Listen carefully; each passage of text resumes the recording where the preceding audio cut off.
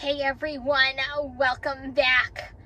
I received another contract violation and we're going to talk about it, so let's get right into it.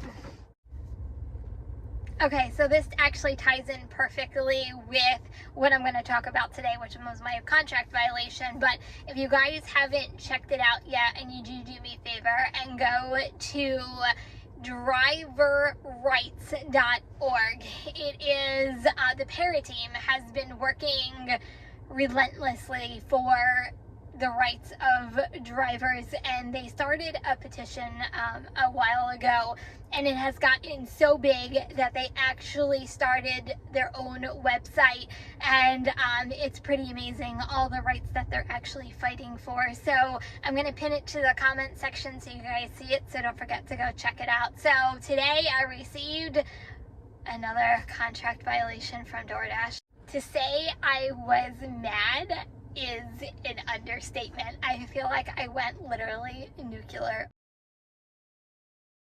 over this contract violation.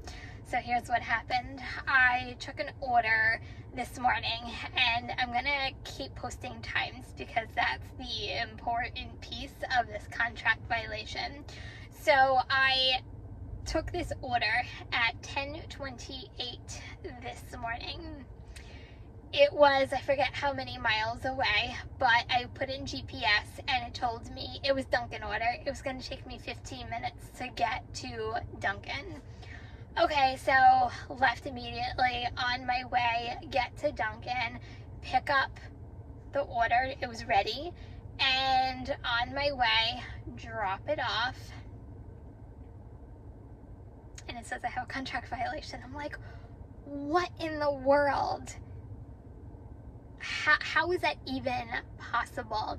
And then this is the screen that actually popped up. And what it really breaks down to is, if I remember correctly, DoorDash expected me to be at the restaurant in like 5 or 6 minutes after they gave me the order, knowing that I was far away and it was going to take me 15 minutes to get to the restaurant. So when I actually arrived to the restaurant, I did nothing wrong. It actually pegged me as 10 minutes late for arrival of the restaurant. Yeah, how is that fair? So speaking of drivers' rights, how is that fair? So immediately, I'm like, no, I'm not doing this again. I'm not going through the same process I went through the first time. No, this is not my fault. So I got on the phone with support. And I got on with somebody, and you get this scripted message. I am so sorry you're going through this right now. I know how frustrating this can be for you.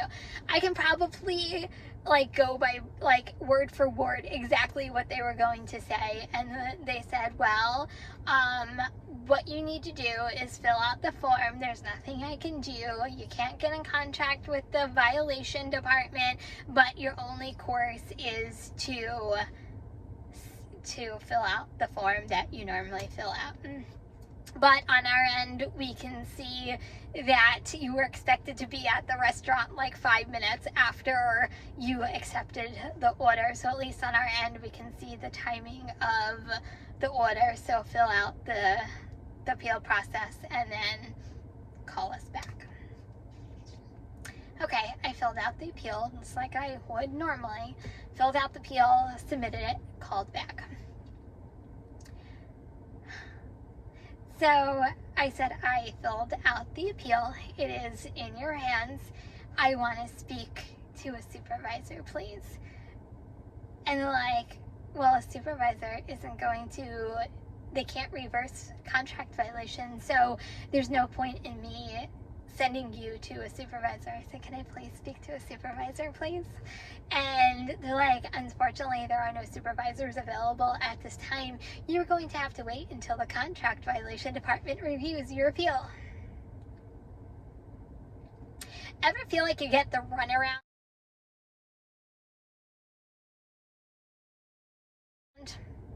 Literally, the runaround. I was probably ever see the cartoon characters where the steam is coming out of your ears? Like, the steam was like literally probably coming out of my ears. So I waited a little while. Persistence, my friends, is key. Called back again. And I spoke to a different support associate, and I said I went through the whole spiel all over again. And she went through the whole entire spiel. We cannot reverse contract violations. Unfortunately, I said, well, can I speak to someone in your contract violation department? No, we can't transfer you. That's not a department that we're allowed to transfer drivers to. So I said, okay, well, I need to talk to somebody. Can I talk to your supervisor, please? And then she went into the spiel all over again. Feel like literally running around in circles.